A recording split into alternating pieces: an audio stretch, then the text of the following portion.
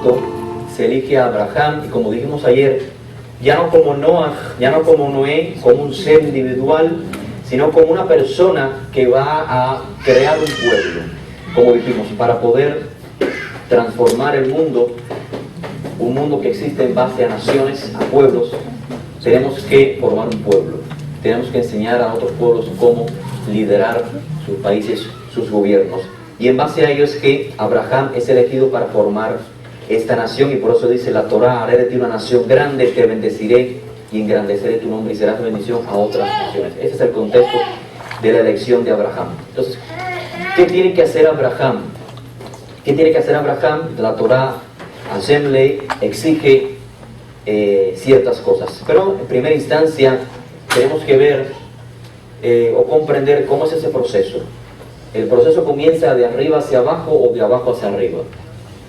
Abraham primero dice que puso su mirada en Hashem, abandonó la idolatría, y como consecuencia de esa acción de Abraham, esa confianza que tuvo, es que de arriba hacia abajo hubo una respuesta. Y entonces Hashem le dice, Lech lecha, como dice la parashá, vete, o literalmente vete de ti mismo, abandona lo que tú eres. Y para lograr abandonar lo que tú eres es vete, me arceja, o sea, de tu tierra, mi mula de teja, del lugar donde naciste, umibet abija, de la casa de tu padre. ¿A dónde? Porque no es que te vayas y te quedes en el limbo, sino que te vayas el Haaretz Asher Aleja, a la tierra, a ese lugar que te voy a mostrar. Y este es precisamente el camino que todos los que están regresando deben tomar, el ejemplo de Abraham. El ejemplo de Abraham, porque repito, si estamos regresando es porque estamos yendo a un inicio, a lo que supuestamente éramos. La mayoría de las personas que están regresando, en muchos de los casos, les sucedió igual que a Abraham. No nacieron en un lugar hebreo, ¿cierto? No se criaron en un lugar hebreo. Ayer hablaba con algunos de ustedes que en esta transición, porque es una transición no de religión, aunque incluye por supuesto las creencias y los conceptos, las ideologías de la vida, principalmente es la transición de pueblo. O sea, en el caso de que la persona sea mexicana, por poner un ejemplo, la persona debe de estar consciente que en este retorno debe de dejar de ser mexicano para ser un hebreo, ¿cierto? La persona debe comprender entonces que somos el resultado de estos entornos contornos en los cuales Abraham también estaba. O sea, somos el resultado de donde nacimos, lo hablábamos ayer. La persona que nace en México actúa como mexicano, ¿cierto? Somos no solamente el resultado del país en que nacimos, sino el resultado de lo que nuestros padres nos enseñaron, de lo que nuestros tíos nos enseñaron, lo que tomamos en cuenta porque somos inocentes y tenemos que aprender de alguien. Pero también después de que somos adultos, se incorpora en nuestro ser, en nuestra forma de ser en la vida, nuestras experiencias. Qué interacción tuvimos de jóvenes, quiénes fueron nuestros amigos, qué buenos o malos ejemplos tuvimos. Eso nos hizo también establecer un carácter particular. Y si todo eso fue fuera del contexto hebreo, ojo, del contexto hebreo, porque la persona pudo estar en el mundo religioso, cualquier religión que sea, que de hecho todas las religiones tienen muchos puntos positivos. Todas las religiones enseñan la ética, la moral, eso es muy positivo.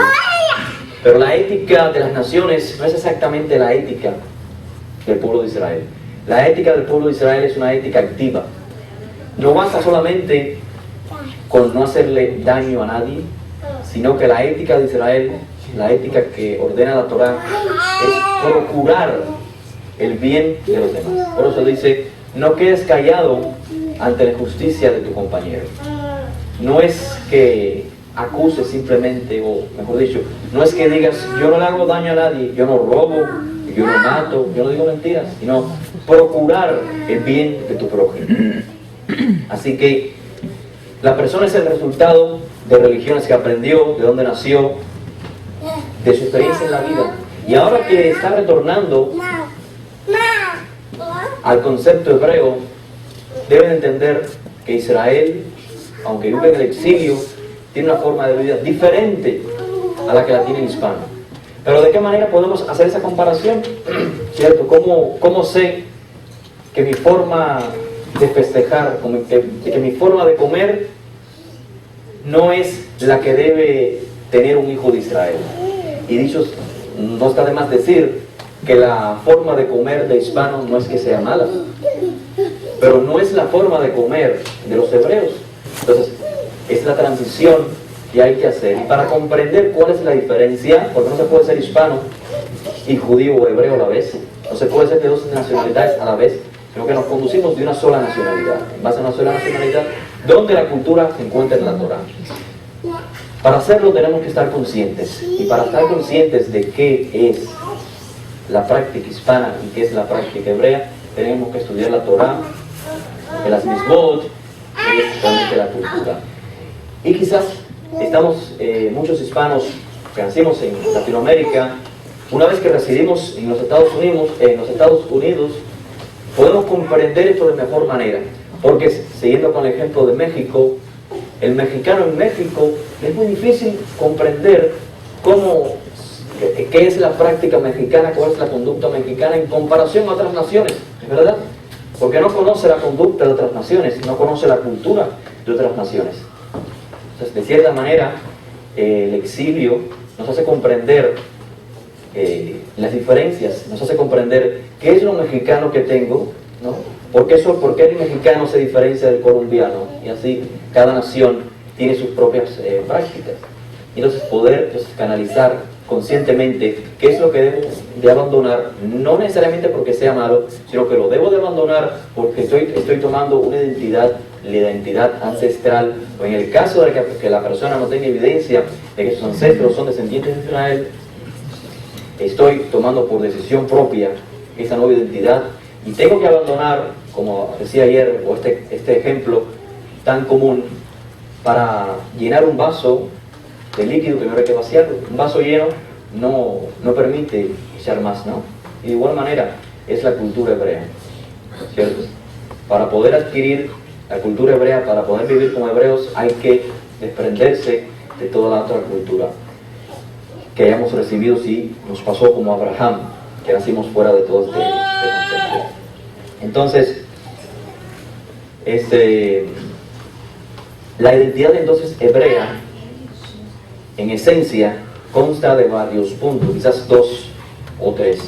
Consta primeramente en una descendencia genética, una zerá. O sea, Israel sí se formó con personas que no eran de Israel. Obviamente no existía Israel. Abraham no era israelita, Abraham no era judío, Isaac no era judío, no era israelita. Las esposas de los patriarcas eran arameas. Todos se formaron de personas que no eran israelitas, pero consecuentemente, al pasar del tiempo, por supuesto, que debe haber una línea, una descendencia genética. Así que la nación de Israel está formada primeramente por la genética.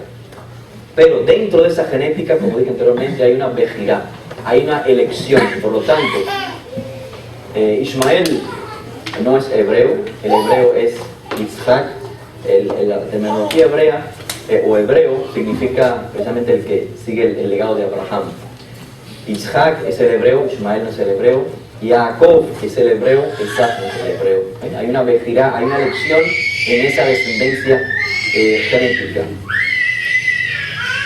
Y por eso citaba anteriormente cómo Saúl clarifica esto y dice: no todo el descendiente de Israel es israelita, pero sí son israelitas, pero no el israelita de acuerdo al ideal plasmado en la Torá. Así que, como decíamos ayer también, ese es el mensaje de Bereshit, el mensaje de la esencia a la cual todos deben ir en el proceso del retorno, si es que desean retornar, tomando el ejemplo de Abraham. Y por eso Abraham vino, y por eso las personas que retornan y no tienen una ascendencia hebrea o israelitas, se les llaman fulano de tal ben Abraham, hijo de Abraham, porque se ha incorporado a la nación de Israel como un israelita más. Entonces, llegamos al libro de Shemot, donde se empieza a formar la nación de Israel. Y la nación de Israel comienza con una redención, porque tenemos que ser redimidos, por supuesto, de todo lo que nos detenga para progresar en esta misión que recibimos de nuestros padres, que es iluminar al resto de las naciones, en una nación ejemplo. Y para ello se nos entrega la Torah. La redención de Egipto no se completó sino hasta que se nos entregó la Torah. Por eso decía que en el caso de Abraham es salir de tu tierra, de tu parentela, de la casa de tu padre, a la tierra que yo te mostraré. O sea, hay que vaciar el vaso, pero llenarlo de algo. En este caso sucede igual. Los hijos de Israel abandonan la tierra de Egipto y reciben la Torah, porque es en base a la Torah en que pueden iluminar al mundo con los principios espirituales universales para toda la humanidad. También se construye el Mishkan, se ordena la construcción del Mishkan, y podemos ver un contraste entonces entre aquello que ocurrió en los días de la Torre de Babel y la construcción del Mishkan o del templo. Vemos una repetición. La Torre de Babel es la contraparte o la antítesis del Bet HaMikdash, del templo. El objetivo del templo es un lugar donde todos los seres humanos se iban a reunir para buscar la guía del Creador. Sin embargo, la Torre de Babel fue un local, una estructura física donde se construyó con el objetivo de orientarse, la orientación estaba al ser humano, y por eso ahí viene el concepto del humanismo, donde lo importante es el ser humano y no el creador. La guía la tiene el ser humano y no el creador. Luego hablamos ayer del pecado del becerro de oro y demás. Ahora es importante comprender, como decía al inicio, que la Biblia, realmente la Torah, no es un libro universal. Es un libro universal, repito, si tiene temas, principios aplicables a toda nación, pero no es un libro universal. Se hizo universal por eventos que ocurrieron en la historia humana, y llegó el cristianismo y podemos decir que de cierta manera hizo universal el conocimiento de la Biblia. Pero la Torah fue entregada únicamente a una nación, y ya dije el porqué. La Torah es la que ayuda a la nación de Israel a cumplir su objetivo, el objetivo por el que fue elegido. Entonces, la entrega de la Torah, lo que sucedió en el monte Sinaí, y todo esto lo estoy diciendo porque es lo que tenemos que tener en mente cuando estamos en el proceso del retorno. La entrega, en el momento lo que ocurrió, en el monte Sinaí es algo doble, es un evento doble, es la entrega de la Torah, o Matán Torah y Kabbalat Torah. La entrega de la Torah y la recepción de la Torah. No es lo mismo que alguien nos entregue la Torah y que yo reciba la Torah. Hay dos, otra vez se repite esa dualidad. Hashem me está entregando la Torah y depende del hijo de Israel recibir la Torah. Y por esto se repite otra vez, no todo el descendiente de Israel se conduce como Israel. Entonces, la entrega de la Torah es un evento en la historia, pero el recibimiento de la Torah es un proceso continuo en la vida de todos los descendientes de Israel o de toda persona que se integre a la casa de Israel. El objetivo de las mitzvot se ha tergiversado también por las religiones. Y en este contexto del retorno de personas que practicaban el cristianismo y ahora están retornando a sus raíces hebreas, israelitas, existe también esta falsa concepción, este error de concepción, porque, como dije, en la religión cristiana, la teología occidental es que hay que hacerle caso a Dios para que Dios no se moleste conmigo y yo pueda adquirir la vida después de la muerte. Ese es un tema infantil que plantea no solamente el cristianismo, sino muchas religiones. Sin embargo, con estas personas, con esta percepción religiosa de la Biblia o de los mandamientos de Dios, se acercan a las raíces hebreas, están retornando, vienen con esta misma idea y entonces comienzan a decir, bueno, si en la iglesia me decían que tengo que obedecer a Dios lo mejor posible y ahora me dicen que soy judío, el pastor me ha dicho que soy judío, entonces yo tengo que guardar todos los mandamientos. Y no es así. En primera instancia, la Torah fue entregada, repito, para una nación, y es esa nación la que está obligada a guardar la Torah, porque esa Torah fue entregada como objetivo para cumplir un rol, el rol de ser una nación, modelo. Y por eso todas las mismos están relacionadas con una nación, cómo esa nación debe conducirse. Si una persona no tiene este llamado, si una persona simplemente es una persona religiosa que teme a Dios, no tiene por qué. Aquí tengo agua. Sí, gracias.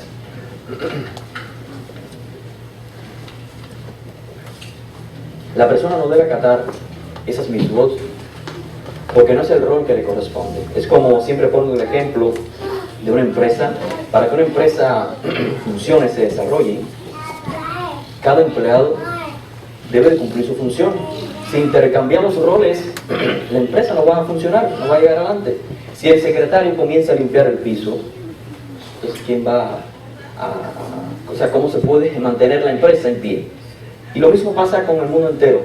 Cada nación, cada persona debe cumplir un rol. Y en ese contexto es que se entregan entonces las mismos. Y les decía que esta percepción de que hay que obedecer los mandamientos para salvarse es una percepción que se enseña en las religiones, pero no es la percepción correcta dentro del mundo hebreo. Los mandamientos, como los acabamos de ver, no es para que la gente se salve, sino para que cumplan un propósito. Si los mandamientos fuesen para salvarse, entonces antes de la Torah, antes de la entrega de la Torah, nadie hubiera salvado o hubiese tenido vida de vida. Así que es una contradicción, es una interpretación muy pobre de los mandamientos. Las mitzvot no fueron dadas porque Hashem, nos dicen los sabios, porque Hashem necesitaba que la gente lo adore. Es lo que entendían las religiones antiguas. El Ser Supremo quiere que les adoremos. Y cuando vienen a la Torah con un conocimiento pobre, piensan de igual manera. Dios dio los mandamientos porque quiere que los adoremos. Y la realidad es todo lo opuesto. Dios entregó los mandamientos para la nación de Israel porque quiere refinar el carácter de esa nación. Quiere que esa nación se estructure o comience a vivir de una manera que llegue a ser un ejemplo a los demás. Y es esa luz que va a impartir la nación de Israel, o los que se integren también a la nación de Israel, sobre las demás naciones, es esa luz la cual va es esa luz la que va a hacer el cambio en el resto de las naciones, y finalmente tendremos ese mundo del cual hablamos profetas, ese mundo que percibieron, ese mundo de paz, de equidad, donde hay respeto entre los seres humanos en sentido general. ¿Y qué significa? Que tenemos que decirles a los islámicos que abandonen el Islam y que se hagan judíos, o decirles a los cristianos que abandonen el cristianismo y se hagan judíos, o los maometanos, o los budistas. No. Ese no es el punto de la Torah. La Torah no nos enseñó a que convirtamos a otras personas a nuestras creencias, sino que nosotros vivamos como debe ser, y esa luz que irradiará de nuestra forma de vida le dejará ver a la gente que lo que estamos viviendo es la realidad, es la verdad, y entenderán, como dice Moshe, qué nación es como esta que tiene leyes tan justas, que tiene a su Dios tan cercano a ellos. Y las naciones comprenderán entonces, es verdad, Elohim Israel, que el Dios de Israel es el verdadero, que todo lo demás es paganismo. Pero no significa esto que ellos deban de acatar todos los decretos que fueron entregados a la nación de Israel. Y un ejemplo sencillo es las fiestas, las convocaciones, el Shabbat. Un ejemplo de por qué las naciones no deben acatar esos principios. Si la persona está retornando y si realmente dice, este es mi pueblo, yo no sé si tengo ancestros o no, pero yo quiero integrarme a esta nación, sí lo debe de hacer, por supuesto. Sí lo debe hacer, es un mandamiento que lo haga. Pero no imponérselo a los demás. Un ejemplo es el Shabbat. El Shabbat fue entregado desde la creación, desde Bereshit. Está escrito en la Torah. Hashem creó el primer día, el segundo día, el sexto día, el séptimo día, por supuesto, todo eso es en sentido alegórico, en sentido de Midrash, y santificó un día en particular. Ese día lo santificó, lo separó de los demás días. Y ese día el hombre cesará a hacer su labor. ¿Por qué ese día en particular? Porque cuando el ser humano descansa el día que dijo el Creador, está reconociendo que Él es el Creador. Que Él es el Creador, ese es el punto más importante de santificar el día que dijo Él, no el día que digo yo, no es el domingo. Por ejemplo, las culturas, por ejemplo, en Latinoamérica, es el día domingo. El día domingo es el día pues, que nadie trabaja, el día para descansar. Esa es la costumbre que tienen ellos. Cuando llega la entrega de la Torá, Hashem no solamente les recuerda a los hijos de Israel el Shabbat, sino que comienza a darle una serie de mandamientos que los hijos de Israel deben cumplir, o algunos de ellos deben abstenerse de hacer ciertas cosas en el Shabbat. La persona que viene del mundo cristiano comienza a ver todo esto y dice, entonces yo debo de guardar todas estas cosas. No debo hacer esto y aquello, y debo hacer esto y aquello en Shabbat. Y no es así. Si la persona no es miembro de la nación de Israel por voluntad propia o porque sea descendiente, la persona sí debe santificar el día de Shabbat de cierta manera, pero no debe seguir los decretos que fueron entregados para los hijos de Israel en Shabbat. Por ejemplo, los hijos de Israel en Shabbat hay ciertas cosas que no debemos hacer. La comida es bueno prepararla antes, no viajar distancias tan lejanas, y todo eso tiene una interpretación lógica. Para poder santificar el Shabbat, si nos distanciamos mucho y entramos en lugares donde no está nuestra casa, no están nuestros amigos y nos sucede algo, vamos a comenzar a entrar en labores que nos van a interrumpir de la observancia del Shabbat. Entonces, los hijos de Israel son como los maestros del resto de las naciones. Los hijos de Israel deben guardar el Shabbat de cierta manera que las demás naciones observen el beneficio de separar un día en la semana y dedicarlo a la espiritualidad, a la familia, a los temas importantes, y dejar a un lado pues la agonía diaria, el trabajo, todo aquello que separa al hombre o lo abstiene de poder buscar al Creador, de poder estar con su familia, compartir el tiempo. Y claramente vemos en nuestros días cómo el sistema de vida está imperando, ¿no? En ese sentido. El sistema de vida acá en los Estados Unidos, pues precisamente es lo opuesto del Shabbat. Es el corre-corre diario, es el trabajo que esclaviza al ser humano y lo abstiene de santificar y separar un día. Otro ejemplo, por ejemplo, son las fiestas, Pesaj. La persona viene del mundo cristiano y entonces no tiene esa convicción de que él es Israel o que debe vivir como hijo de Israel, pero el pastor le dijo que hay que obedecer a Dios para ser buenos y alcanzar la vida después de la muerte. Hay que obedecer todos los mandamientos. Y ahí está escrito Pascua, hay que obedecer la Pascua. Pero si leemos, Pesaj fue dado para la nación de Israel. Y por supuesto, cuando los hijos de Israel realizan el ceremonial de Pesaj, espiritualmente y físicamente, transmitimos una luz a los que nos ven, a los que nos rodean, porque cuando actuamos de acuerdo a la enseñanza de Pesaj, eso nos transforma de adentro hacia afuera, nos transforma nuestro carácter, nuestra forma de ser. Pesaj, el mensaje de Pesaj, ¿cuál es? El mensaje de Pesaj es la liberación, la redención, la abstención del pecado, la oposición a la esclavitud, la oposición a todo lo que significa el faraón. El faraón es la opresión, el abuso, la desigualdad social. Ese es el mensaje, eso es lo que ocurría en Egipto.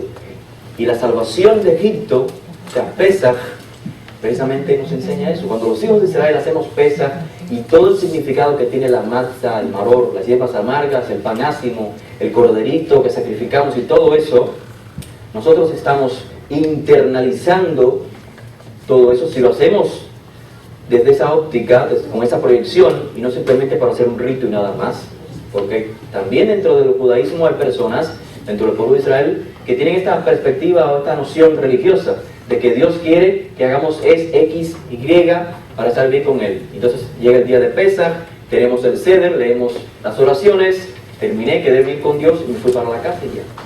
Y no internalizaste el mensaje de Pesaj. Si internalizamos como nación el mensaje de Pesaj, vamos seguramente a cambiar nuestra forma de ser, vamos a crecer espiritualmente y vamos a entonces transmitir una luz a los que nos ven. Son dos ejemplos de por qué hay ciertos mandamientos para la nación de Israel y no para el resto de las naciones. Solamente los principios son aplicables para el resto de las naciones. Y de hecho, todos los mandamientos, si no son para salvación en el concepto cristiano, si no son para vivir después de la muerte, ¿para qué son? Dijimos que es para la rectificación del ser humano, la rectificación de nuestro carácter. Constantemente el ser humano debe rectificar su carácter. Entonces, los mandamientos, cada mandamiento se puede conectar con un carácter. En el mundo hebreo, el concepto hebreo, el carácter o las cualidades que tiene el ser humano se denominan midot. Midot significa carácter, cualidades. O sea, el amor es una cualidad.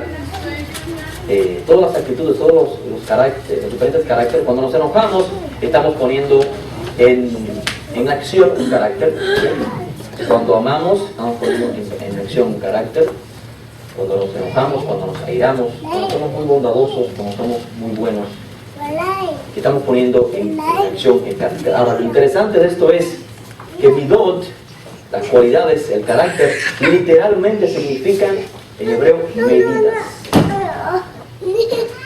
¿Por qué significa esto? Dijimos anteriormente, el día de ayer, que el mundo hebreo es lo contrario al mundo griego. El mundo griego todo lo expresa en bases en ideas abstractas. No se puede comprender porque son ideas abstractas. Pero el mundo hebreo todo lo expresa en ideas concretas. Cuando en español decimos las cualidades, el carácter, nos cuesta mucho comprender qué significan estos términos. Pero en hebreo, cuando decimos las midot, las cualidades, la persona que habla hebreo comprende que lo que estamos hablando es de medidas. Y entendemos entonces que cada carácter, que cada cualidad es en base a una medida X. ¿Cómo nos ponemos contentos? Debe ser en medida X. En el centro comunitario no debe haber, pues, por ejemplo, esas risas, carcajadas. El modo de alegrarse es en cierto lugar, en X medida. El modo de tratar a mi esposa en frente de ciertas personas es en base a medidas X. El amor que tenemos por nuestras esposas tiene una medida, un balance. O sea, cada cualidad es una medida. Como amo a mis padres, así no amo a mis hijos, ¿no? Todo es una medida. ¿Y qué viene entonces a balancear esta medida para que sea una medida perfecta? Las misbot. Por eso les decía que hay una misbah, hay un mandamiento conectado con cada expresión del ser humano, con cada carácter. Y de hecho, cuando leemos en la Torah que Hashem creó al ser humano a imagen y semejanza, dice a imagen divina, al Tselem Elohim, a la imagen divina, hubo una imagen divina en base a la cual se creó el ser humano. Esta imagen divina precisamente son las cualidades que tenemos. El Ser Supremo es un ser, podemos describir en términos simples que podemos comprender como un ser invisible. Podemos decir un espíritu. Es un ser invisible, no tiene las cualidades que tiene el ser humano, sino que el ser humano tiene cualidades que semejan a nuestro Creador. Entonces, cada acción que tomamos en la vida, cada carácter es una expresión del Ser Supremo. Entonces, esa imagen divina en la cual el Creador nos creó se manifiesta en nuestro diario vivir, en nuestra interacción con las demás personas. Cuando amamos, estamos imitando una cualidad del Creador, ¿cierto? Cuando nos enojamos, estamos imitando una cualidad del Creador. Pero ¿cómo sabemos si estamos balanceando esa cualidad, ese carácter de manera correcta? Si lo hacemos según los mandamientos. Y el resto de las naciones, si lo hacen de acuerdo a esa luz o a esos principios generales que se emanan de los mandamientos. Por ejemplo, un mandamiento para que podamos comprender de qué manera los mandamientos nos equilibran, nos balancean a la perfección nuestro carácter. Cuando Hashem dice, recuerdan la misbah que le da a los hijos de Israel, cuando vayan a tomar un polluelo o un huevo y esté la madre de los polluelos encima de los huevos o los polluelos, ¿qué hay que hacer?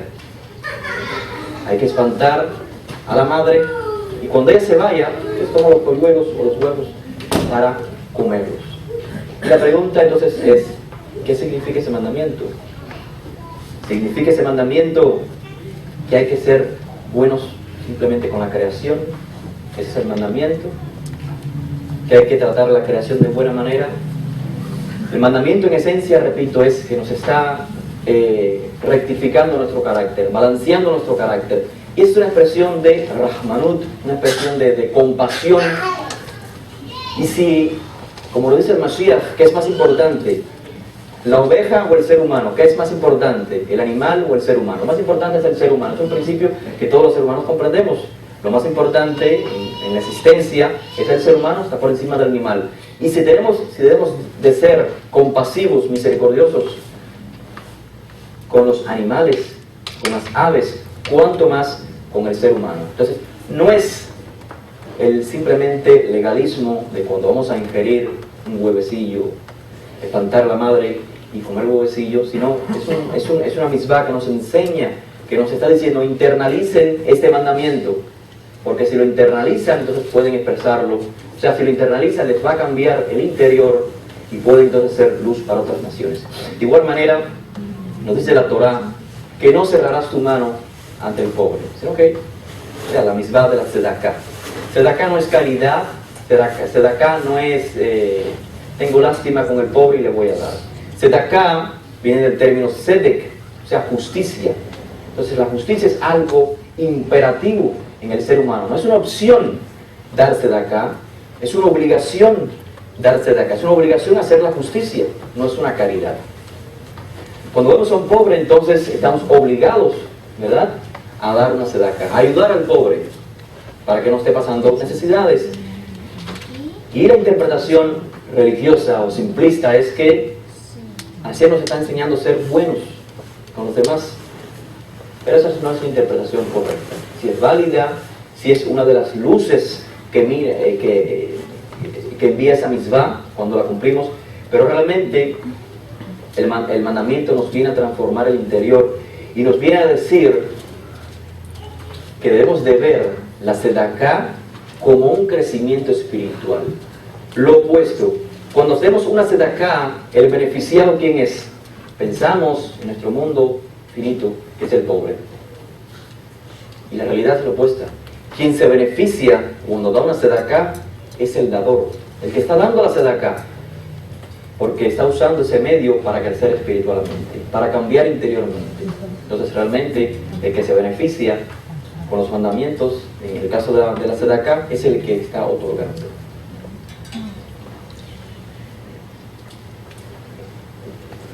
Eran ejemplos en referencia a las misbot para comprender que no son ritos y nada más, sino que son medios a través de los cuales el Eterno nos ayuda a balancear nuestro carácter y entonces que esa imagen divina en base a la cual fuimos creados se manifieste en nosotros. La imagen divina, el ser, el Adán Kadmon, el ser primogénito, aquella imagen perfecta, es la imagen de Elohim.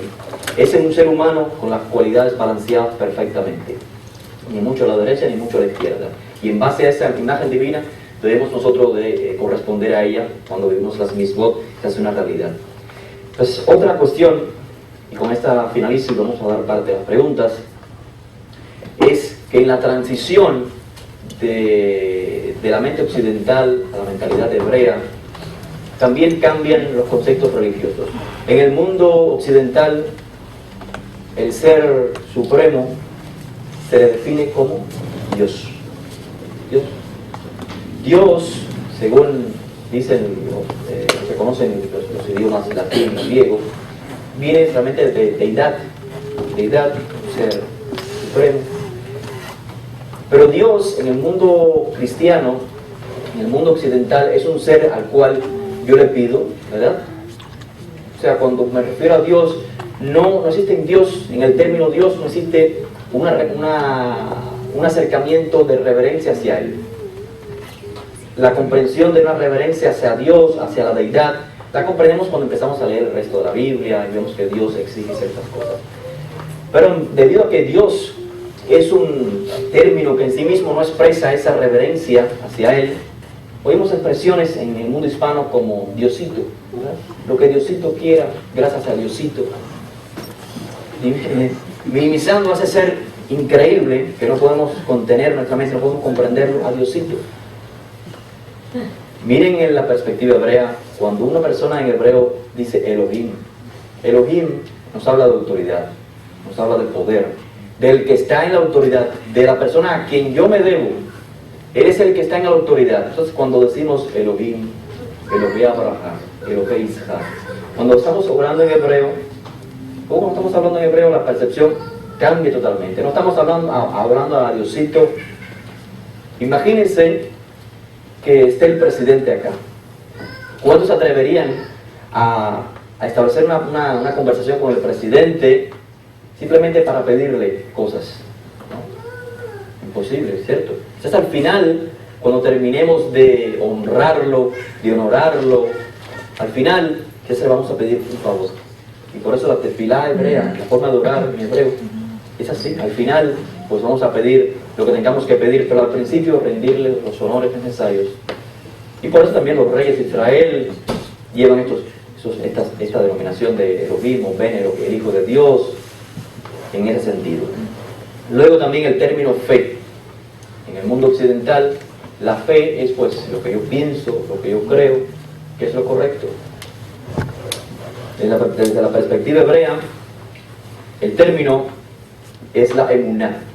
Emuná viene, por supuesto, de la raíz de la perseverancia, de lo que es firme, y por eso el término amén, ¿cierto? En las oraciones viene de la misma raíz, emuná. Decimos amén, ¿qué significa? Que así sea, que sea confirmado. Entonces la emuná no se trata de creencias simplemente, sino a una forma de vida, a una constancia, a una perseverancia. Y por eso, la primera vez que aparece el término emuná en la Torah, ¿recuerdan dónde es? Cuando Abraham, exacto, cuando Abraham, dice el texto de la Torah, Abraham tuvo emuná en Hashem. ¿Y cuando Abraham tuvo emuná en Hashem? La primera vez que Hashem habló con Abraham, ¿no? La primera vez que habló con Abraham, Abraham ya creía, ya Abraham tenía fe en Dios, que existía Dios. Entonces, emuná no es saber que Dios existe. Todos los seres humanos, la mayoría de todos, sabemos que Dios existe. Saber que Dios existe no es emuná. Abraham continuó el camino, Abraham le hizo caso a Hashem, continuó el camino, tuvo perseverancia. Y pasaron muchos años y Hashem le dijo, vas a tener una descendencia. Nació Ismael. Y Abraham comenzó a dudar un poco. Abraham dijo, ¿y quién será entonces mi descendencia? ¿Sobre quién se va a formar el pueblo que tú me prometiste? ¿Será Eliezer, el siervo de Abraham? Ya habían pasado muchos años, Abraham ya era más anciano todavía. Sará no podía dar hijos. Y Hashem le vuelve a decir, mira las estrellas, mira la arena del mar. Así van a ser tu descendencia. Confía en mí. Y entonces viene a decir el texto que Abraham tuvo emuná en Hashem. Le fue contado por Sedaká, por algo correcto que hizo. ¿Qué quiere decir? Que Abraham continuó. Abraham tuvo perseverancia en lo que previamente ya él había creído. Primero, por supuesto, son las creencias, la comprensión, y luego comenzamos a tener emuná. Entonces, vemos este contraste entre la fe religiosa y la emuná. Y otro contraste también que es posible que ocurra en esta transición es la obediencia ciega, ¿no? Que se confunde con emuná. La fe, como dijimos, es la perseverancia, y si allí dice esto, yo lo voy a hacer. La creencia ciega en lo que Hashem dice. Y eso no es emuná. Por eso Saúl dice, lo importante no es si está circuncidado o no, lo importante es, por supuesto, que no está circuncidado porque de chiquitico no circuncidado, como decía la Torah. Lo importante no es si está circuncidado o no, lo importante es la emuná. Sabemos que la emuná no es la fe. Lo importante es que creas en Dios. Lo importante es, dice la emuná de las misbot, que permanezcas obedeciendo en base al camino en que fuiste llamado. Fuiste llamado circunciso. No disimules la circuncisión, porque en aquel tiempo los judíos helenizados que querían imitar a los griegos escondían la circuncisión para no pasar vergüenza. Y si no estás circuncidado, no te circuncides. Lo importante es los mandamientos, y parece una contradicción. Pero lo importante es, lo que dice Shaul, es, de igual manera, no la obediencia ciega, porque cuando el ser humano es llamado de adulto, es porque tiene conciencia de lo que hace. No te llamaron desde chiquito, entonces, no te llamaron desde niño, sino que fuiste como Abraham. Abraham tuvo que hacer una elección por sí mismo. Entonces, comienza el camino en base a conciencia y persevera en lo que puedas perseverar, persevera. Así que, de esta manera, creo que abrí un poco el panorama, ¿no? Para comprender de manera un poco más clara el camino que se debe, en que las personas deben conducirse cuando están en esta transición. Y siempre comprender que las mitzvot fueron dadas para la nación de Israel, que las mitzvot nos salvan, no es necesario que la persona sea judía para adquirir vida después de la muerte, pero si definitivamente te sientes un llamado muy fuerte, atraído sobre el pueblo de Israel, sobre vivir de acuerdo a las mitzvot, recuerda que no basta con que la Torah diga la verdad, no basta con que el Mesías, la persona en que usted cree y que ha sido de beneficio para su vida, de restauración para su vida, no basta que él sea judío para que usted tenga que ser judío, sino que tiene que haber un compromiso moral, espiritual de la persona en hacer ese cambio, en dejar la cultura hispana y entrar a la cultura hebrea. Y debe ser gradual, debe ser en base a la conciencia, en base al estudio. Pues es un proceso muy arduo y requiere pues de la decisión muy seria de cada persona. Entonces no sé si es tiempo de pasar a otra sección o si quieren hacer preguntas. Preguntas, creo que todavía, si tienen preguntas, los hermanos, Héctor Teo. Dio la terminología de Diosito cuando la transición del mundo. Gracias.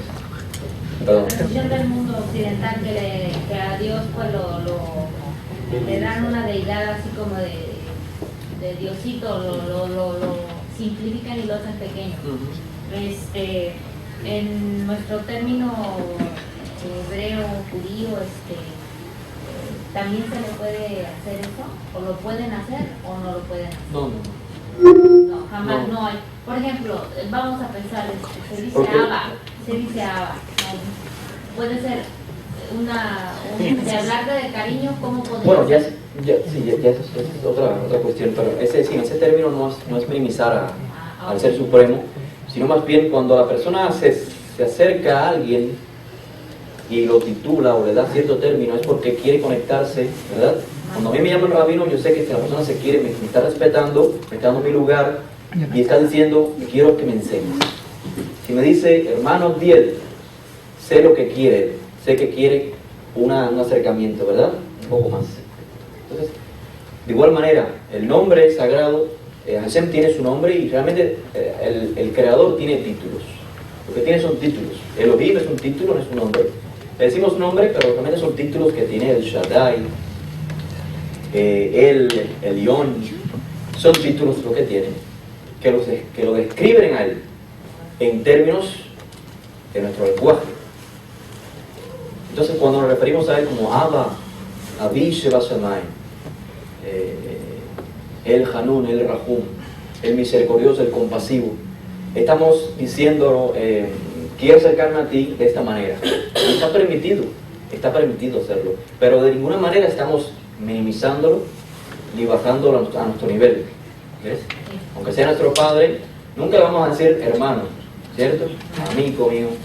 No, Quien dice amigos de manera, tiene que ser una persona que haya profundizado mucho en la Kabbalah, en los secretos de la Torah, y puede entonces expresar el término amigo para el creador.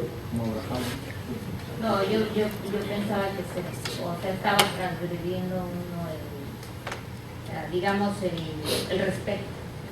Cuando usamos Abba, No, que lo o sea, le ok, como que se está minimizando, no se está minimizando. No. El contraste es que el acercamiento a Dios siempre es para pedirle, ¿no? Voy a pedirle a Dios que me resuelva este problema. Y sí, es válido pedirle a Dios que resuelva un problema, pero si entendemos que estamos acercándonos a Elohim, entonces estamos entendiendo, si comprendemos el lenguaje hebreo, que estamos acercándonos a nuestra autoridad. Entonces, cuando nos acercamos a una autoridad, pues, con respeto, y sabemos que no solamente para pedir. Entonces, exacto. Entonces se cambia enseguida la percepción. Entonces, lo importante, sí específico, no es tampoco decir, Dios está malo decirlo, Dios es una blasfemia. No es así. No podemos decir, bueno, el hebreo va a ser ahora el idioma de todas las naciones. No es así.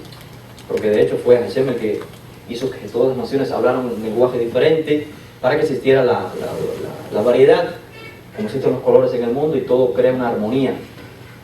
El punto es que el hijo de Israel debe comprender, aunque si quiere decirle Dios de esta manera helenizada o paganizada, si quiere decirle Dios, que le diga Dios. La cuestión es que debe de entender quién es ese ser a quien está diciendo Dios. Es el ser que fue, que es, que siempre será, que es infinito. Entonces, si nos acercamos a ese ser así, es imposible. Si la persona entiende quién es ese ser, no lo podemos comprender totalmente, pero si tenemos esa percepción, nunca le vamos a decir Diosito, nunca le vamos a decir Dios.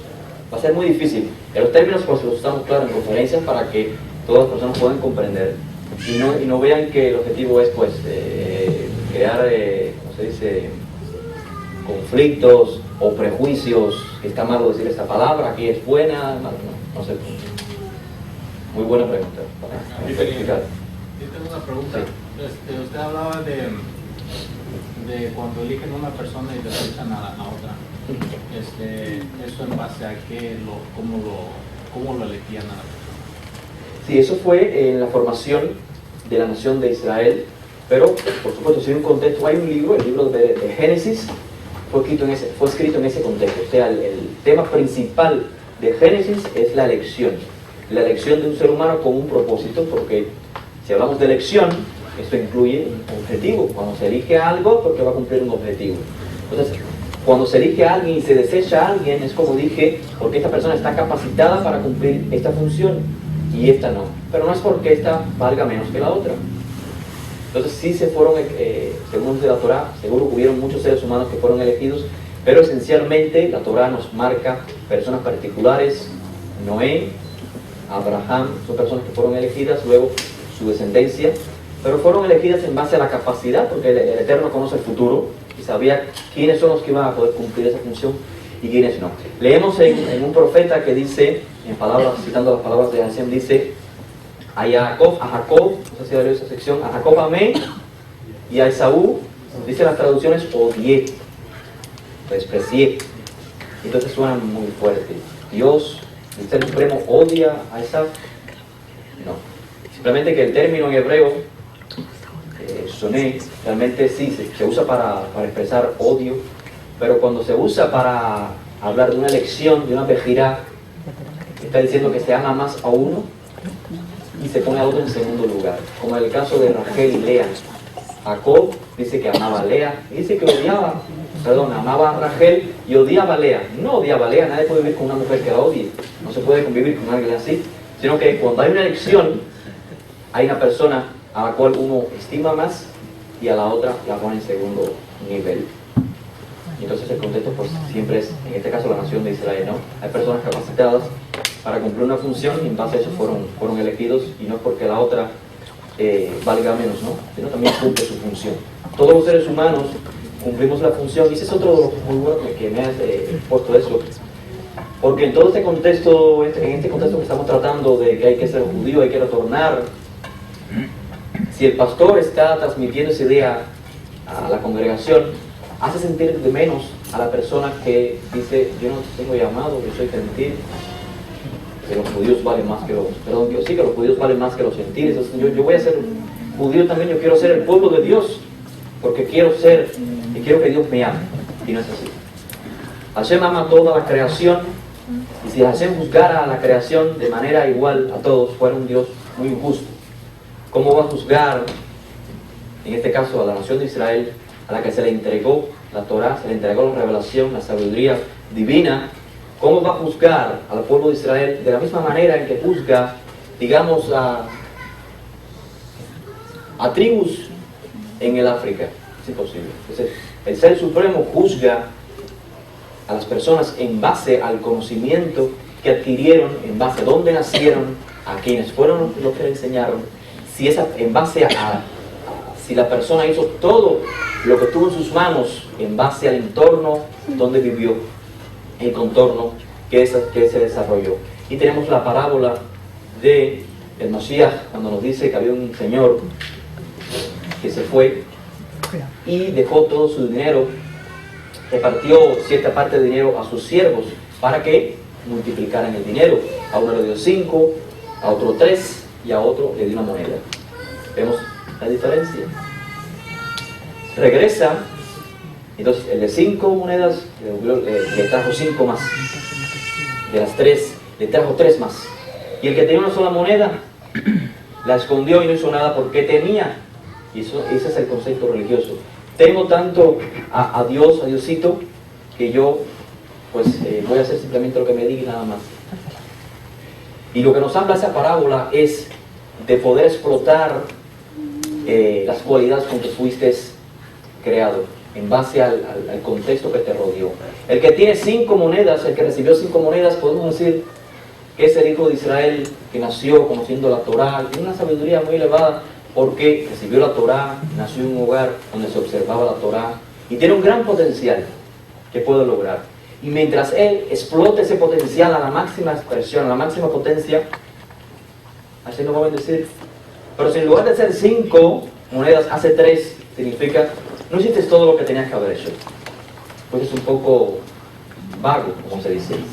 Viene entonces el de 3 monedas, que es una persona, quizás no nació en Israel, quizás no vino de una familia en la cual se le enseñó la sabiduría de Israel, pero nació en otra nación y se condujo en base a los principios generales de la ética y de la moral. Fue un buen ser humano, un buen padre, un buen hijo, un buen ciudadano, un buen hermano, un buen compañero de trabajo. Hizo todo lo que podía como ser humano en base a lo que comprendió, lo hizo y recuperó 3 monedas más. Pero está la otra persona que recibió una sola moneda y la persona dice, bueno, pobrecito, si él nació allá en un país donde practicaban la idolatría, ¿qué pudo hacer? No hizo nada. Está muy mal. Tiene que hacer también, aunque sea en ese mundo pagano, aunque crea que la lluvia es la representación de un Dios, que los muñecos de piedra representan a Dios, no importa. Esa persona tiene que elaborar, tiene que vivir en base a los principios, porque el hecho de pensar que Dios es una piedra no significa que tú vas a ser un mal ser humano. El hecho de pensar que Dios se manifiesta en un, como dice el profeta, en un muñeco que yo hice de madera, que lo puedo tirar al horno y se quema y se destruye, eso no es razón por la cual tú debes ser alguien inmoral, falto de ética.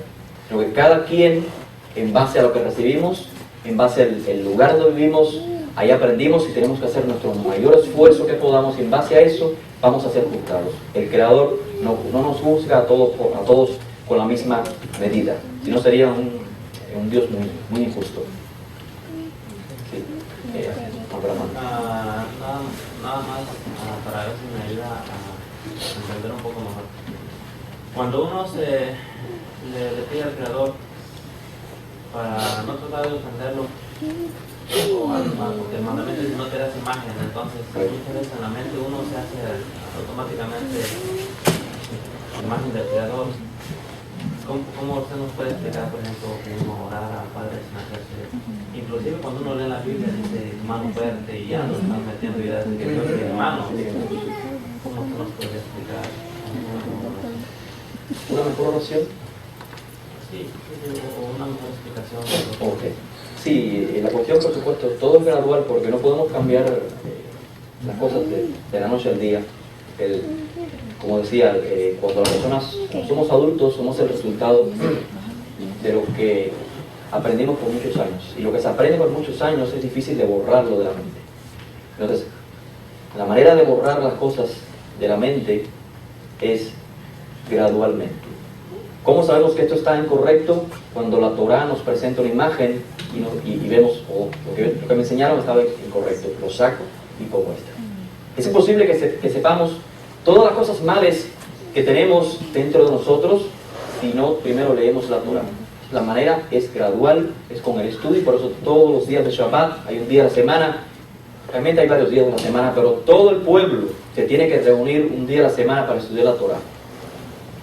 Después se incluyeron los profetas, porque los profetas también decían palabras importantes, pero lo esencial era la Torah, porque la Torah es la que nos guía, la que nos va a decir, esto es lo correcto, esto es lo incorrecto. Entonces, cuando leemos en la Torah, tenemos que, por supuesto, ir al contexto hebreo, y esto se hace más fuerte si la persona no conoce el hebreo, y no conoce el contexto hebreo.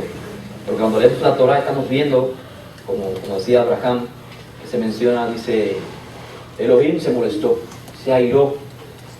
Si Dios se aira, significa que podemos alterar a Dios. Significa que Dios cambia. Y si Dios cambia, significa que no es un ser omnipresente, omnipotente. Si yo lo sé todo, yo no tengo por qué enfadarme por la pregunta que me ha hecho Abraham en este momento, porque él sabía que me la iba a hacer. Entonces no me toma de sorpresa. Pero si dice aquí, Dios se enfadó y Dios cambió de parecer, parece que entonces ese Dios no tiene esas cualidades, ¿verdad? Un Dios que lo sabe todo, cuyo dea acol, parece que no. Entonces tenemos que comprender, bueno, inclusive en las parashiot anteriores nos dice que Dios bajó al monte Sinaí en una nube. Si Dios bajó, entonces no es como dice su manifestación, Él está en todos los lugares. Si alguien baja, quiere decir que dejó de estar ahí arriba, ¿cierto? Entonces, cuando en el mundo occidental se comienza a leer estos textos, pues se crea esa percepción de que Dios, que es el Supremo, es de carne y hueso. Y si alguien es de carne y hueso, no puede estar en dos lugares a la vez. O no que sea de carne y hueso, que tiene una estructura física. Y si tiene ojos, pues no puedo ver lo que está atrás de mí, porque primero miro adelante y después atrás. Entonces toda esa imagen, como bien aclara Abraham, se va creando en las mentes de las personas que por desconocimiento, porque nacen en un mundo occidental, se crean esa idea de ese Dios. Y más con las imágenes y demás, pues ese es el resultado. Entonces, cuando se va retornando, hay que abrir nuestra mente. Pero no abrir nuestra mente para decir lo que el rabino me dice es lo que es y yo lo voy a aceptar. ¿Sí? Hay que abrir nuestra mente para escuchar, para discernir, para leer, analizar y con calma, con detenimiento lo voy a hacer. Porque si no vamos a estar cambiando de religión toda la vida, haciéndole caso al rabino, al sacerdote, al cura. Entonces la cuestión es esa, Abraham, cuando estamos retornando, hay que dirigirse a personas que tengan conocimiento para que nos vayan diciendo que en el mundo hebreo, como dije anteriormente, es un mundo opuesto al griego. En el mundo griego las ideas son abstractas. No se logra comprender quién es el creador, y está bien de esta manera porque nos dice el creador es indescriptible. Pero los judíos o los hebreos siempre la cuestión es muy ¿cómo se dice? Muy visible todo, por eso se dice que Él es la luz infinita, ¿no? ¿Por qué nos referimos al creador? Avinu Shebashamayim, Elohea Shamayim, dicen los profetas, el Dios del cielo. ¿Por qué Dios del cielo? ¿Realmente Dios está en el cielo? Si Dios está en el cielo y no está en la tierra, entonces no lo puede todo, no se encuentra en todo lugar y no es ese Dios realmente que hablan los judíos.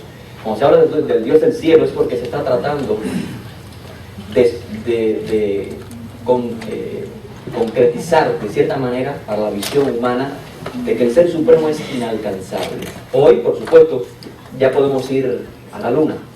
Y quizás entonces hoy los judíos no dijeran el Dios del cielo, porque hay acceso al cielo.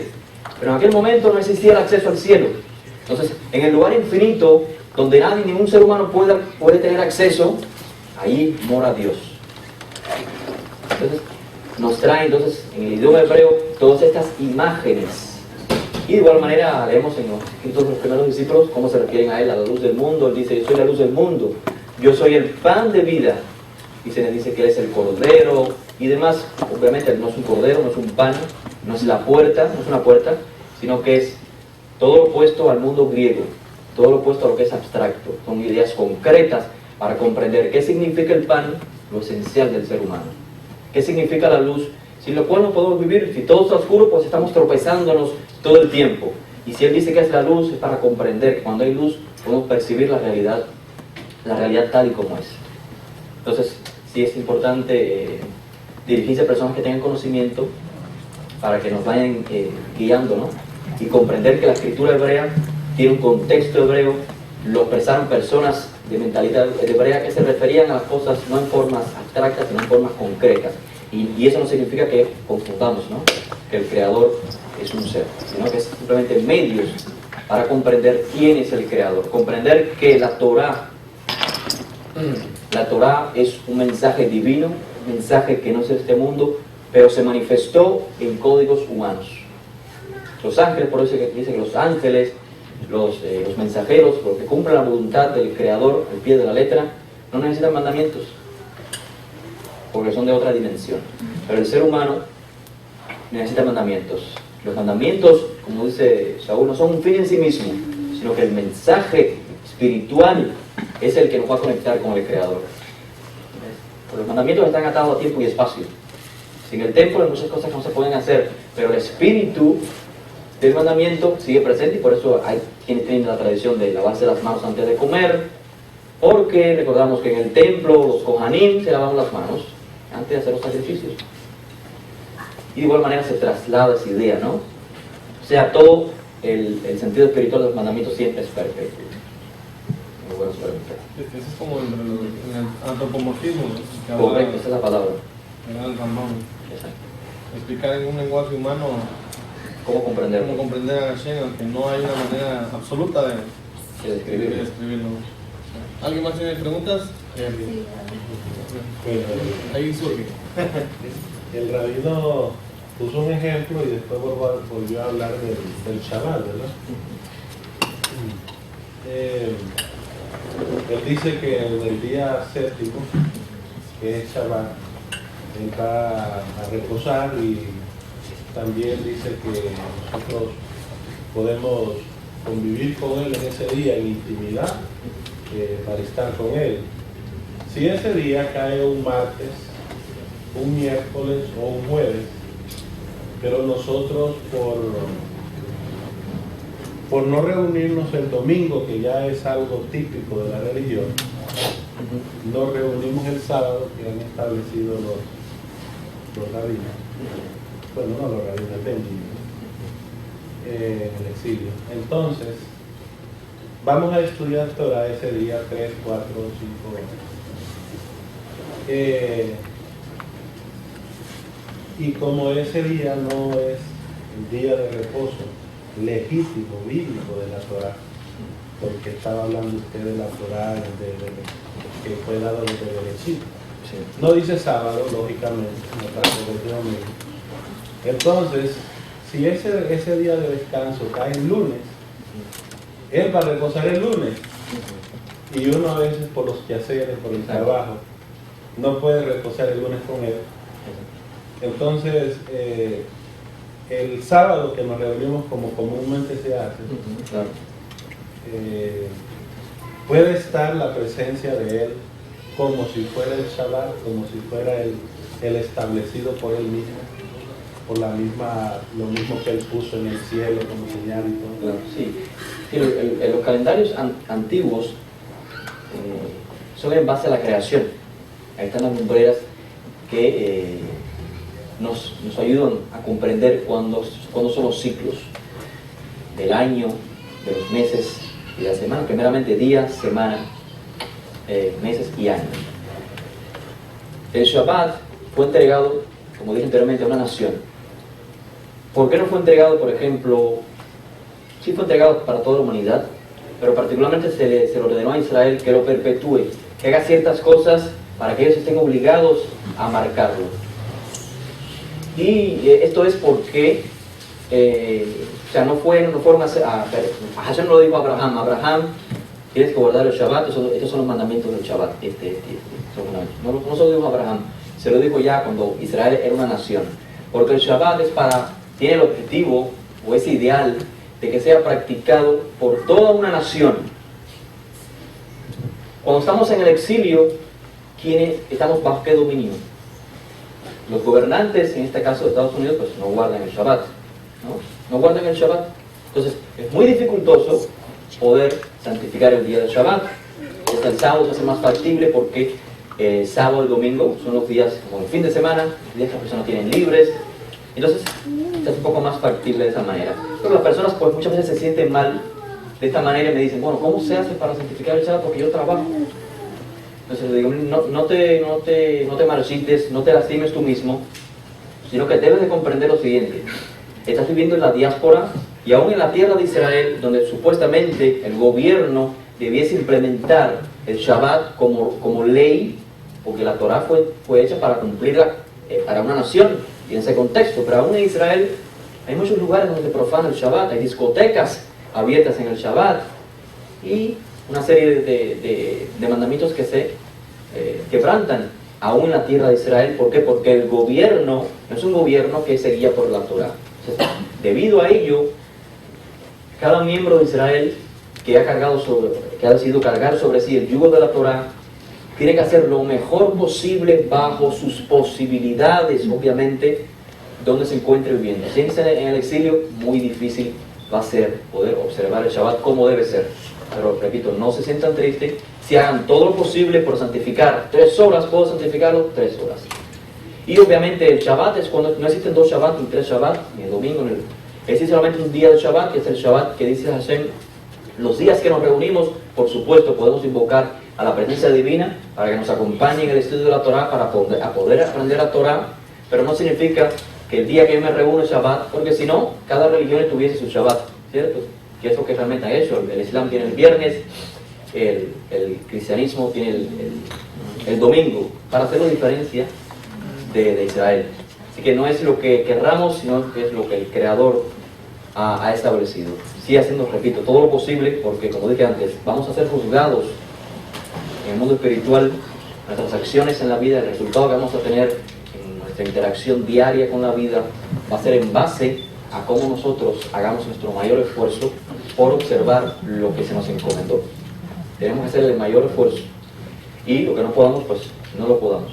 Y Hashem seguro que va a ayudarnos en el camino para poder apartar el tiempo que debe ser, a la medida que debe ser, y poco a poco lo vamos a lograr. Por esto, aunque no vivimos en la tierra de Israel, es importante la comunidad. Es importante vivir en comunidad, porque si vivimos en comunidad, en el mismo trabajo que trabaja el hermano, puede trabajar el otro hermano, y si todos tenemos el mismo trabajo, podemos separar el día, ¿verdad? El día del Shabbat, para poder ese día, todos juntos, tener el día libre y dedicarnos para la familia. Pero si no vivimos en comunidad, estamos dependiendo de otro jefe, de otro manager, que no guarda el Shabbat, porque no tiene por qué guardar el Shabbat. ¿Ven? Esa es la diferencia. Así que no hay que ponerse triste, sino hacer todo lo posible y, claro, lograr ese ideal mientras estén nuestras posibilidades. Había una pregunta por acá. Por ejemplo, ustedes, porque hay muchas enseñanzas, ¿verdad? Y entonces una de ellas es de que, por ejemplo, muchos están apresurados a que tenemos que hacerlo al 100% como uno de los hermanos de Israel, ¿verdad? Porque según, por ejemplo, las bases en la salida de Egipto, se acuerda que menciona de los 600,000 y muchos más que llegaron. Sí. Pero más abajo, por ejemplo, en el 14:47 dice, toda la congregación, dice, de Israel, dice, lo hará, dice, más si el extranjero morare contigo, dice, y quisiera celebrar, dice, la Pascua para Hashem, dice, sea circuncidado, dice, todo varón, entonces dice, celebrará y le será como uno de nuestra nación, dice, pero ningún incircunciso comerá de ella, dice, la misma ley, dice, será para el natural y para el extranjero que habite entre vosotros. O sea, por ejemplo, porque con esta base, por ejemplo, muchos están apresurados a que esté 100%, por ejemplo, Sí. Bueno, yo voy a responder con el permiso de Abdiel y de Yehuda. Le voy a transmitir mi opinión respecto al tema, pero las autoridades que ustedes deben de seguir son estas acá. Hay que tener siempre noción del contexto, y el contexto es Pesaj. Pesaj es lo que identificó la identidad de Israel. Quienes salieron de Egipto fueron los hijos de Israel, porque siguieron a Moshe, al líder de Israel, y iban para la tierra de Israel para establecer la nación. El que no siguió a Moshe, él mismo dijo, pues yo no soy Israel. Entonces, Pesaj es un equivalente a eso, ¿no? A lo que establece, a lo que define quién es Israel y quién no es Israel. Entonces, en aquel entonces y en tiempos anteriores, como dije al inicio, o fue el día de ayer creo, la circuncisión no surge con los hijos de Israel. La circuncisión, Hashem no la ordena por primera vez en el texto de la Torah, sino que era una práctica anterior, la cual diferentes pueblos la realizaban. Pero Hashem toma esa práctica y la incorpora dentro de una práctica de los hijos de Israel, pero la estipula, le da ciertas normas. Una de esas normas es que va a ser al día octavo. Por supuesto, tiene simbología, pero el día octavo es como lo sobrenatural. El día séptimo es el completamiento, todo lo que yo puedo hacer es del 1 al 7. Y lo que viene después de eso está en manos de Hashem, manos del Creador. Ese es el contexto, básicamente simple, de por qué el día 8 o el día octavo. Cuando toma lugar la cuestión de Pesaj, fíjese que la misbah de la circuncisión se da cuando van a ingresar en la tierra de Israel. ¿Por qué? Y cuando se estructura el Mishkan. ¿Por qué? Porque todas las personas que deben de tomar parte en ingerir kedushim, o sea, las carnes que fueron sacrificadas en el templo, deben de estar circuncidados, y para entrar en el templo y realizar todos esos ceremoniales y ser partícipe de ello, la persona que debe de estar circuncidada. Eso ocurrió hace muchos años atrás. Las personas luego vivían en el exilio. Ese es el momento de la entrada. Y por supuesto, si quieres ser Bene Israel, vas a incorporarte. Esto es algo muy serio y tienes que circuncidarte. Ya, para que lo tomes en serio, la circuncisión en aquel tiempo podía causar la muerte al varón. Era algo muy serio. También es sentido que se puede aplicar. Y entonces el contexto en aquella época pues era eso, ¿no? Una vez que los hijos de Israel son exiliados, no existe el templo. Los animales la carne que se ingiere sí es sacrificada de manera kasher, de manera apta, o sea, tratando de eliminar toda la sangre posible, revisando que el animal no haya sido maltratado para que sea carne kasher, pero no se sacrificaba en el templo. Entonces, el mandamiento de la circuncisión era perpetuado en el niño de 8 días.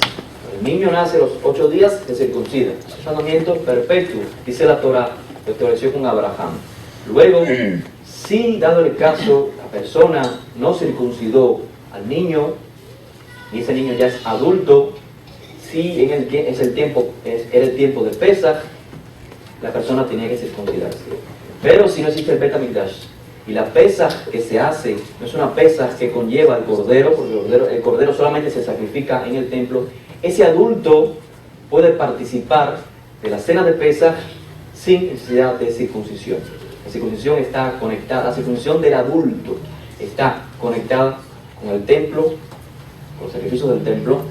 Y ahora tiene un poco más sentido las palabras de Shaul, como está hablando de las personas que viven en el exilio. Lo importante no es la circuncisión. Ese es básicamente el contexto del porqué. Lo que sucede en el libro de Hechos 15 es básicamente lo mismo. Son personas, como dijimos ayer, descendientes de los hijos de Israel, asimilados, y pongamos que también existían dentro de ellos gentiles que querían integrarse a la nación de Israel. Obviamente eran adultos no circuncidados como Timoteos, como Titos, personajes que tenemos información en estos textos que no estaban circuncidados, y Titos no fue circuncidado. ¿Por qué Timoteo fue circuncidado? Muchas personas pues dicen, porque la mamá era judía.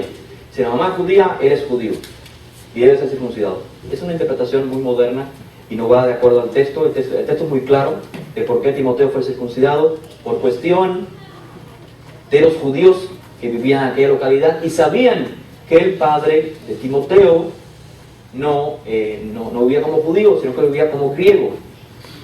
Un punto de aparte, si era gentil o no se sabe, simplemente dice que era Yevaní. Yevaní, recuerden, puede ser un judío helenizado o un gentil que practica la cultura griega. Entonces, Timoteo es circuncidado, ¿por qué? No simplemente porque Saúl pasó por ahí y le dijo, hay un judío incircunciso, vamos a circuncidarlo, ¿no? Saúl iba a tomar a Timoteo con él para que él también expresara el mensaje del Mashiach que se ha manifestado en la persona de Rabí Josué de Nazaret. Y iba a ir a las sinagogas no están dirigidas por gentiles, no están dirigidas por Gerim, ni por helenistas. Las sinagogas están dirigidas por los judíos observantes, son los maestros en las sinagogas. Y cuando llegara Saúl en las sinagogas cerca de la localidad, sabían quién era Timoteo. No había sido circuncidado porque la circuncisión siempre se hace pública. Sabían que nunca llegó Timoteo, entonces de igual manera la circuncisión del adulto se hizo pública con testigos, y de esa manera Saúl no dio pautas para que dijeran, me estás hablando del Mashiach y este judío no está circuncidado, ustedes no guardan la Torah. Pero Saúl dice, ellos no entienden todavía la razón del por qué en un adulto no le es necesario la circuncisión, y eso es un tema mucho más extenso. No lo van a entender, y para que no sea un pretexto para decir que Yeshua no es el Mashiach, vamos a hacer una circuncisión pública. Y eso es todo, ¿no? Entonces, en nuestros días, básicamente, sin entrar en tantos detalles, pues la circuncisión en los niños al octavo día de haber nacido se continúa practicando si la persona es descendiente de Israel o se ha integrado a la nación de Israel. Si la persona es adulta, mi opinión, mi interpretación, en base a mis estudios, la persona adulta no necesita circuncidarse, y no es una opinión de Rabbi Abdiel, sino que encontramos opiniones también en los escritos de Josefo, donde habían discrepancias entre los maestros. Generalmente un gentil se quiere integrar a la nación de Israel y seguir viviendo en el exilio, si es necesaria la circuncisión. Uno decía no, otro decía sí. Así que no es una cuestión que nació con Saúl. Siquiera Saúl no fue el que se le ocurrió la idea se estableció en Jerusalén con los líderes de la comunidad, y lo que hizo Saúl es transmitir esa idea a las comunidades. Saúl no es la figura más elevada del movimiento de Josué, de la restauración de Israel. Hay otras figuras más elevadas, simplemente que como hay más escritos de él, obviamente las personas piensan en él como el ideal. El punto entonces es el siguiente: en el Talmud también, posterior a la destrucción del templo, hay una discusión entre Josué ben Hananiah, Eliezer ben Hilcanos, que eran discípulos de Yohanan ben Zakkai, vivieron después de la muerte de Josué. Y de igual manera, uno decía, para que el gentil se integre a la nación de Israel, decía Josué ben Hananiah, con la tevilá basta. La tevilá basta. Y Eliezer ben Hilcanos decía, la brit milá, el corte, porque milá significa el corte. Y la mayoría de los sabios del Talmud dijeron las dos cosas, la circuncisión y la purificación, y eso se transmite hasta nuestros días. Entonces es importante tener esto presente, porque siempre existe esa idea, ¿no? Yeshua, sus discípulos abrogaron ese mandamiento de la circuncisión. En primera instancia no abrogaron el mandamiento de la circuncisión. La circuncisión en los niños se continúa practicando, es la circuncisión en el adulto, la cual está condicionada a cierto contexto. Y la idea no es nueva con los discípulos de Josué, sino que encontramos evidencia en los libros de Josefo y evidencia en el Talmud. O sea que existían opiniones variadas, y esto es la realidad que no todo el mundo le dice. Muy válida su pregunta. Gracias. Sí. Pero para corroborar nada más, ¿es perpetuo o no es perpetuo? La circuncisión de los niños es perpetua, porque está formando al niño, ¿ves? Formando al niño, y el niño va creciendo con esa marca en su cuerpo. Que también existen dentro del judaísmo moderno, existen judíos religiosos practicantes que no circuncidan a los niños porque dicen, es una práctica barbárica, es una práctica que sí realizaban nuestros padres, pero hace mucho tiempo, ¿no? Las personas se marcaban los cuerpos, ¿ves? Existe también esa ¿no? Que se respeta también, por supuesto, dentro de su contexto, que es una práctica muy antigua, que en nuestros días, pues, un niño a los 8 años es una cosa muy fuerte, hacerle esa operación, y sin duda el niño sufre. Pero la ciencia ha descubierto que al octavo día es el día en que más rápido puede sanar ese tipo de operación.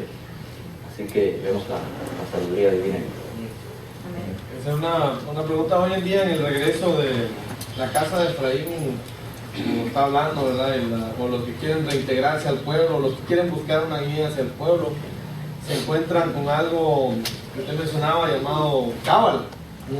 Y le ponen más atención muchas veces a una cábala que se enseña hoy en día, leer la mano, las acciones, esto y aquello, una forma de esoterismo moderno.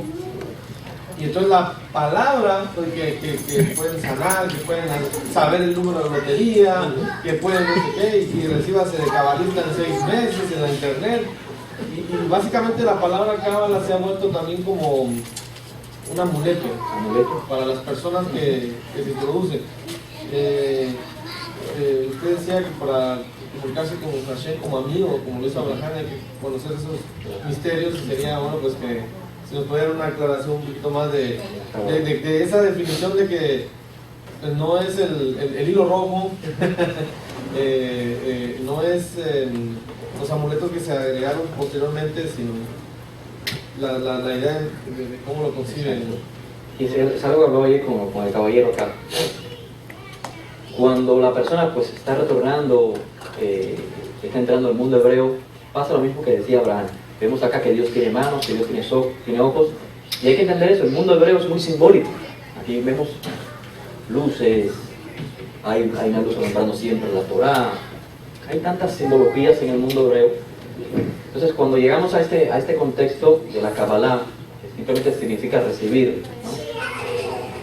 Recibir o comprender lo más profundo, el mensaje más profundo, la sabiduría más profunda, eso es lo que significa. Pero también tiene un contexto así negativo, y es verdad, porque venden, como me dijiste, se colocan en las puertas de las casas las manos, la hamza, pero ¿cómo se define eso? ¿Resguardos? Sí, como protección. Protección, la palabra. Y entonces, pues la persona dice, no, ya tiene una hamza en la casa, y cree que la hamza lo protege, y tiene el hilito azul, rojo, y el hilito rojo lo protege. Todo surge con una buena idea, pero todo se va, como dice, echando a perder. Decía que dentro del mundo hebreo todo es simbólico. La hamza tiene su explicación, el hilito rojo tiene su explicación, pero no porque eso tenga poder, no es que eso tenga poder, sino que eso te trabaja en tu mente, como la mezuzá.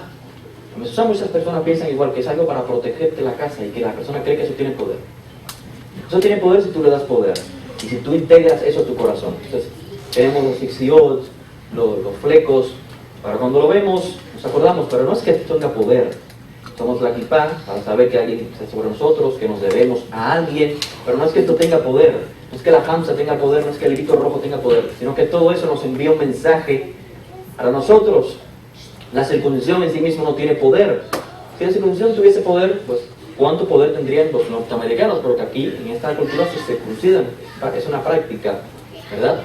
Entonces, todo inicia desde esta perspectiva, que estamos llenos de símbolos que nos ayudan a conectarnos con lo que nosotros creemos que es la verdad.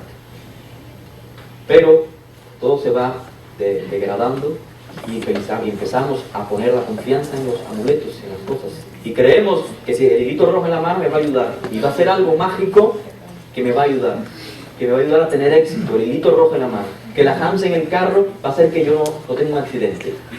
Y realmente no es eso no tiene poder, simplemente es para elevarte espiritualmente, para que sea un medio para elevación. Entonces, si lo usas, si no lo usas, no importa. Lo importante es que si lo usas, no pienses que el poder está ahí, ¿no? Úsalo como un medio de recordación. Sí, porque la mayoría de personas al ponerse el hilo se sienten inmediatamente protegidos y con licencia para hacer lo que sea, o meterse donde sea, porque ya tienen el escudo. Y en el mundo, eso pasa porque en el mundo pagano sí existen los poderes del mal, poder que destruyen al ser humano existen, y se invocan, y todos aquellos que han estudiado pues las religiones africanas, eso no es un show lo que hacen ahí, no es un show, eso no es mentira, eso es de verdad. Esas como se transforman y comienzan a hablar de formas diferentes, eso es verdad, eso pasa de verdad, porque existe el bien y el mal. existe el bien y el mal para saber distinguir. Si existiera solamente el bien, no supiéramos, ¿no?, que si estamos en el camino correcto, ¿no? Entonces, en el mundo oscuro, en el mundo del mal, en el mundo de la oscuridad, sí se invoca, sí existen poderes que se invocan.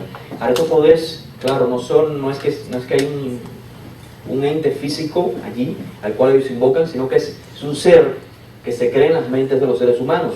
El ser humano creó en su mente desde la antigüedad, como no podía explicar la lluvia, no podía explicar el sol, qué era, de dónde provenía, algo que se esconde y después sale. Pensaba que eran dioses, ¿verdad? Y creó en su mente que es un dios. Pero en su mente le dio poder a eso, y eso lo afectaba a él emocionalmente. Y eso es lo que pasa. No es que el sol realmente es una entidad, es un poder maligno, un diablo, ¿no? El ser humano crea en su mente una idolatría, un poder, y no el sol y el agua. En todas las culturas, quizás las indígenas, las tribus antiguas, tenían diferentes dioses. Leemos en la Torá, los pueblos cananeos estaban llenos de dioses, y cada uno era fíjense lo que dijimos anteriormente de la terminología Dios o el Baal. Es el ser que me resuelve mis problemas. No es el ser al cual yo me debo y debo de obedecer, sino que los Baales eran los seres que me resolvían mi problema. Cuando necesito lluvia, cuando necesito plantación, yo le traigo sacrificios al Baal para que él me haga un favor a mí. Entonces, el Baal no existía, solamente cuando un grupo de personas lo hicieron lo hicieron existir en su mente, y todo un grupo de personas lo hicieron existir, y realmente el ser humano está capacitado para crear energía positiva y energía negativa. La energía negativa son los Shedim, es los demonios, quiere decir, todo ese poder del mal, que tienen poder y destruyen a la persona. Entonces, eso pasa en el mundo pagano. Entonces, en el mundo judío, si la persona no tiene mucho conocimiento, pues cae en lo mismo y empieza a darle poder a la mano o al hilito, y cree que es algo que lo va a salvar, ¿no? Es muy importante esa aclaración. Y disculpe también, porque como entran y como que buscar los secretos del cristianismo, viene que quieren la revelación absoluta, ¿no? Y piensan que detrás de la cábala van a encontrar todos los secretos de la Torá y el quinto nivel de interpretación, y que van a tener van a saber qué día y qué hora va a ser ¿cómo se llama? Algún evento. Algún evento futuro. Y es por esa religiosidad que se trae del pensamiento religioso del cristianismo. Correcto. Sí, que el cristianismo se basa siempre en el futuro, lo que va a pasar, y no en cómo voy a vivir hoy. Y no sabe que realmente el futuro depende de hoy. Cómo yo vivo, cómo yo actúo con mi semejante, en mi trabajo, con mis hijos. Cómo yo actúo hoy, ese va a ser el futuro. Pero también es no solamente el mundo cristiano, sino en general. La mayoría de los judíos que no creen, o no viven de acuerdo al concepto de que el Mashiach es Rabbi Yoshua, dicen no cumplió las profecías de traer paz al mundo, ¿verdad? Hay guerras, el Mesías no ha venido.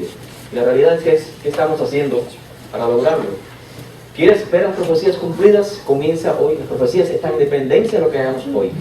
Entonces, no seamos religiosos que nos importa nada más el futuro, y saber cuándo es el milenio, y saber cuándo el dragón será atado o desatado.